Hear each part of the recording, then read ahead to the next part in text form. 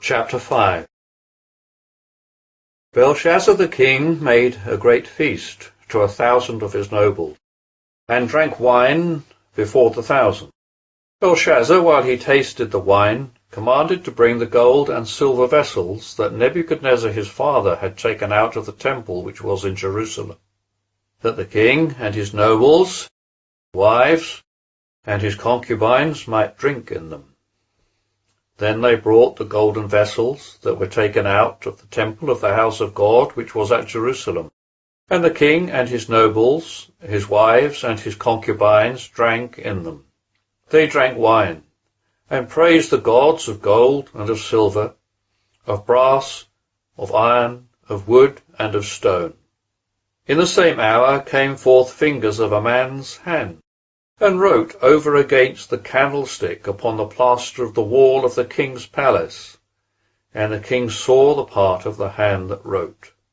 Then the king's countenance was changed, and his thoughts troubled him, and the joints of his loins were loosed, and his knees smote one against another.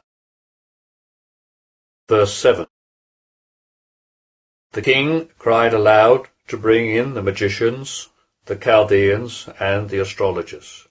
The king spoke and said to the wise men of Babylon, Whosoever shall read this writing, and show me the interpretation thereof, shall be clothed with purple, and have a chain of gold about his neck, and shall be the third ruler in the kingdom. Then came in all the king's wise men, but they could not read the writing, nor make known to the king the interpretation. Then was King Belshazzar greatly troubled, and his countenance was changed in him, and his nobles were confounded. The queen, by reason of the words of the king and his nobles, came into the banquet house.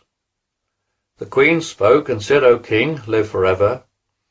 Let not thy thoughts trouble thee, neither let thy countenance be changed.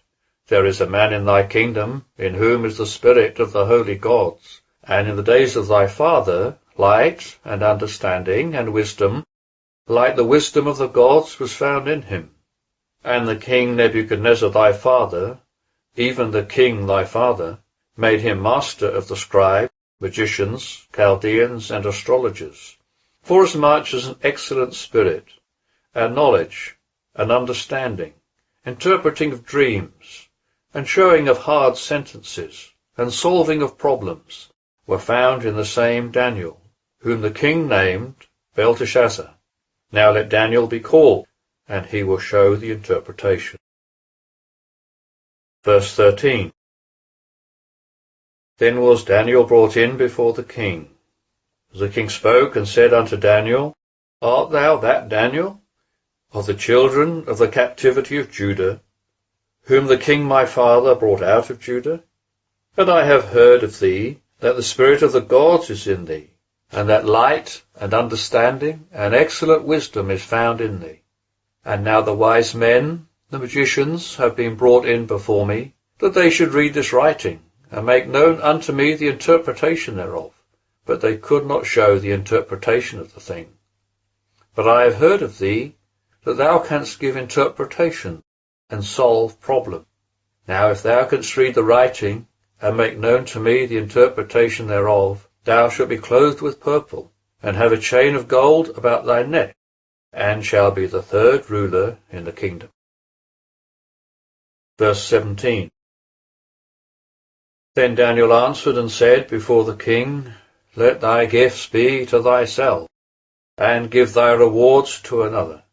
Yet will I read the writing to the king, and make known to him the interpretation.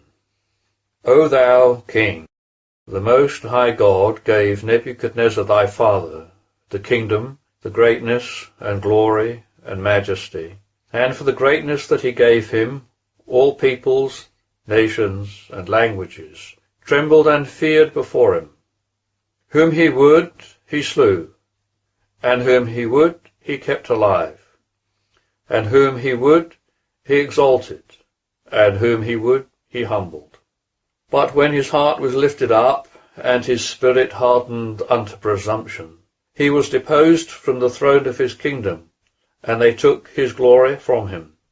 And he was driven from the sons of men, and his heart was made like the beasts, and his dwelling was with the wild asses. They fed him with grass like oxen, and his body was bathed with the dew of heaven, till he knew that the Most High God ruleth over the kingdom of men, and that he appointeth over it whomsoever he will.